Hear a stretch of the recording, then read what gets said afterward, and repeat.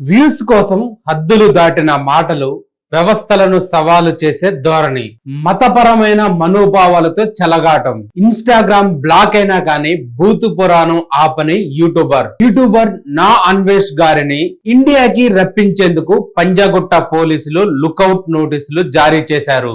విశాఖపట్నానికి చెందిన నా అన్వేష్ విదేశాల్లో పర్యటిస్తూ వీడియోలు చేస్తూ ఉంటాడు.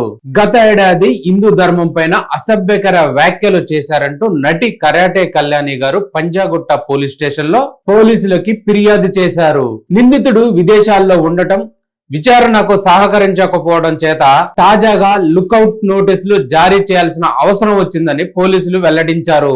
నా అన్వేష్ వాడుతున్న ఇన్స్టాగ్రామ్ అకౌంట్లను, యూట్యూబ్ ఛానళ్లను నిలిపివేయాలని కోరుతూ గూగుల్, మేటా సంస్థలకి పంజాగుట్ట పోలీసులు అధికారికంగా లేఖలు రాయనున్నారు. లుకౌట్ నోటీసుల నేపథ్యంలో నా అన్వేష్ గారు ఏ దేశం నుండి ఇండియాకు వచ్చినా సరే విమానాశ్రయంలో అడుగుపెట్టిన వెంటనే ఇమిగ్రేషన్ అధికారులు నా అన్వేషణని అదుపులోకి తీసుకుని పోలీసులకి అప్పగిస్తారు. ప్రస్తుతం విదేశాల్లో తలదాచుకుంటున్న నా అన్వేషణను ఇండియా రప్పించేందుకు పోలీసులు అన్ని మార్గాలను అన్వేషిస్తున్నారు.